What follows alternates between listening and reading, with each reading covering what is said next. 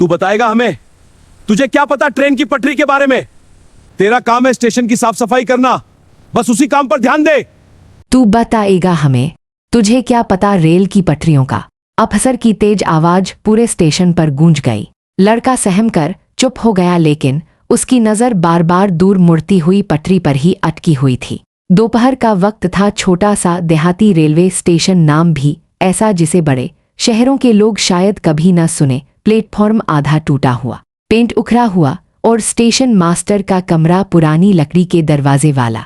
उसी स्टेशन पर काम करता था 14-15 साल का लड़का आरिफ। कपड़े सादे, चप्पल घिसी हुई, बाल हवा से उलझे हुए। पढ़ाई बस 8वीं तक। घर की मजबूरी ने किताबें छुड़वा दी थीं। बाप बीमार, माँ घरों में काम करती थी। आरिफ को स्टेशन पर छोटा मोटा काम मिल गया था। कभी झाड़ू लगा देता, कभी पानी भर देता, कभी सिग्नल के पास खड़े होकर झंडी पकड़ लेता। उसे ट्रेनों से अजीब लगाव था। जब भी दूर से इंजन की आवाज आती, वह आंखें बंद कर लेता। पटरी में हल्की सी कंपन महसूस करता। उसे लगता जैसे जमीन कुछ कह रही हो। उस दिन दोपहर को एक्सप्रेस ट्रेन आने वाली थी, वही बड़ी ट्रेन जो सीधे शहर से चलकर इस छोटे स्टेशन से गुजरती थी। स्टेशन मास्टर ने जल्दी जल्दी तैयारी करवाई। आरिफ प्लेटफॉर्म से थोड़ा दूर जाकर पटरियों की तरफ देखने लगा। उसे कुछ अजीब सा लगा। जमीन की हल्की थरथराहट सामान्य नहीं थी। वह नीचे झुक गया, हाथ पटरी पर रख दिया। कंपन टूटी फूटी सी थी, जैसे कहीं आगे कुछ गड़बड़ हो। उसने हिम्मत करके स्टेशन मास्टर से कहा, साहब लगता है आगे पटरी ठीक नहीं है। स्टेशन मास्टर पहले तो समझा लड़का मजाक कर रहा है, फिर गुस्से में बोला, तुझे क्या पता, बड़े इंजीनियर हैं, ऊपर तू अपना काम कर। पास खड़े एक कर्मचारी ने भी हंसते हुए कहा, कल से इंजीनियर बन गया है ये। आरिफ चुप हो गया, लेकिन दिल मानने को तैयार नहीं था। दूर से ट्रेन की सीटी सुनाई दी, तेज लंबी भारी आवाज। आरिफ की सांस अटक गई। उसने फिर पटरी को छुआ। इस बार कंपन और अलग थी, जैसे झटका सा। उसने दोबारा कहा, साहब बस एक बार चेक कर लो। इस बार स्टेशन मास्टर ने डांट कर कहा, भाग यहाँ से, ट्रेन टाइम पर है, बेवजह डर मत फैलाओ। आरिफ पीछे हट गया, लेकिन उसकी आंखें पटरी से हट नहीं रही थीं। कुछ दिन पहले तेज बारिश हुई थी, नदी का पानी किनारे तक आ गया था। उसी तरफ से पटरी मुड़ती थी। आरिफ ने देखा था कि मिट्टी बह गई थी। उसे शक था कि कहीं नीचे से पटरी खाली तो नहीं हो गई। ट्रेन की आवाज अब साफ सुनाई दे रही थी। इंजन की गड़गड़ाहट हवा चीरती हुई पास आ रही थी। आरिफ का दिल तेज धड़कने लगा। अगर वह गलत हुआ तो सब फिर हंसेंगे, नौकरी भी चली जाएगी। लेकिन अगर वह सही हुआ तो? उसने अचानक फैसला कर लिया। वह प्लेटफॉर्म से नीचे कूदा और तेजी से उस दिशा में भागने लगा जहां पटरी मोड़ लेकर आगे जाती थी। पीछे से किसी ने आवाज लगाई, अरे ओ लड़के, कहाँ भाग रहा है? लेकिन वह नहीं रुका।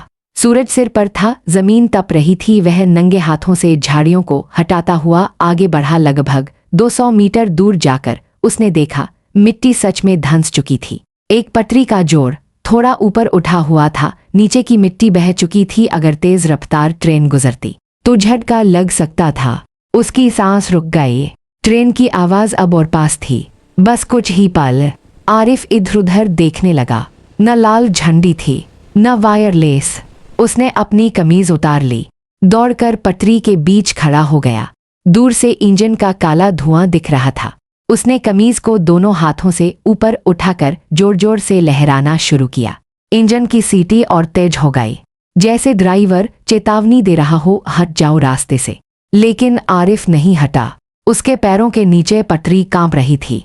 दिल इतनी तेज धड़क रहा था कि जैसे बाहर निकल आएगा।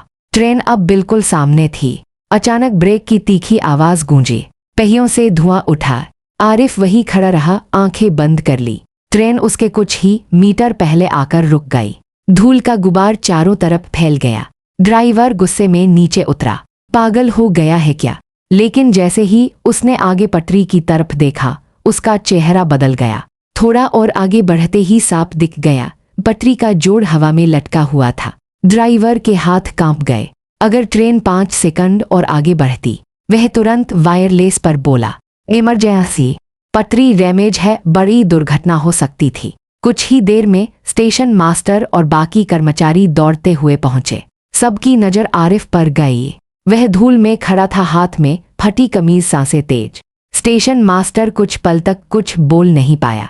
उसे याद आया, यही लड़का तो कह रहा था कि पटरी ठीक नहीं। भीड़ जमा होने लगी।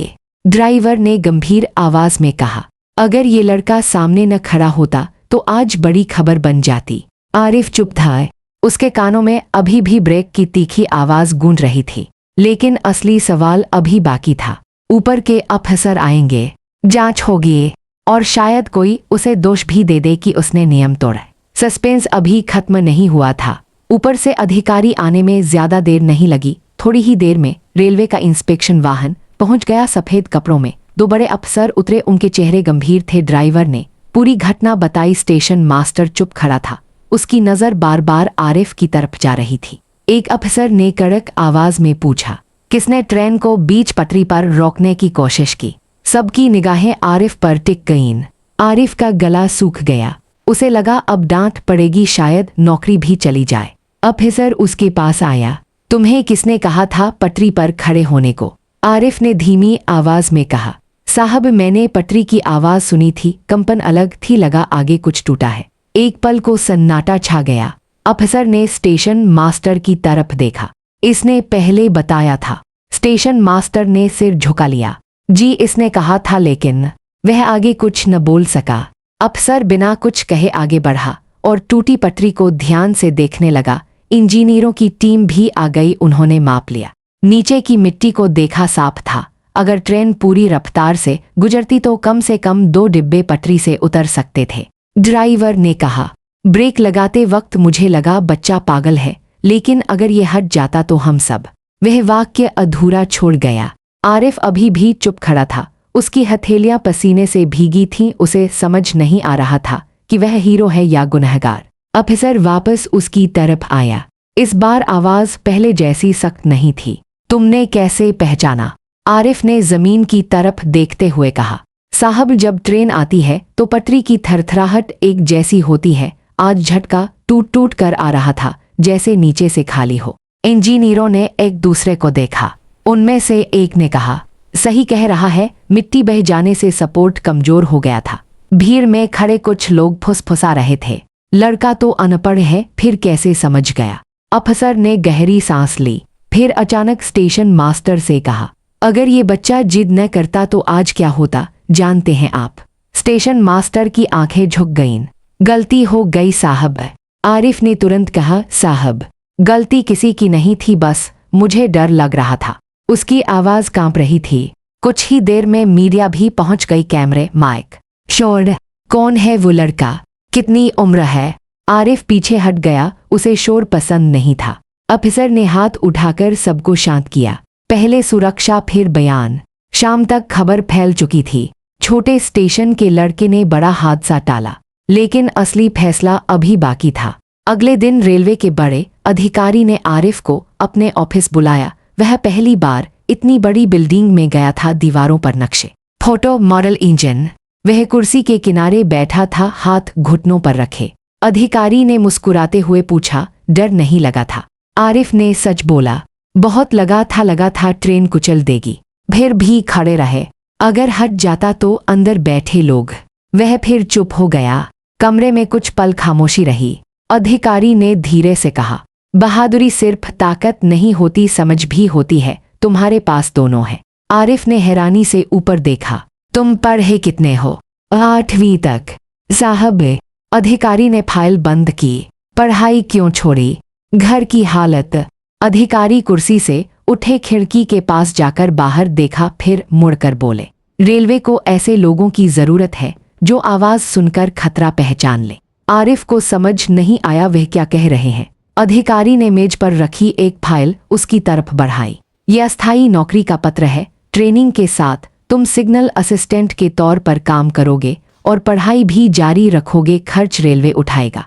आरिफ को लगा जैसे उसने गलत सुना। मैं? हाँ तुम, लेकिन एक शर्त है। वह घबरा गया। क्या साहब?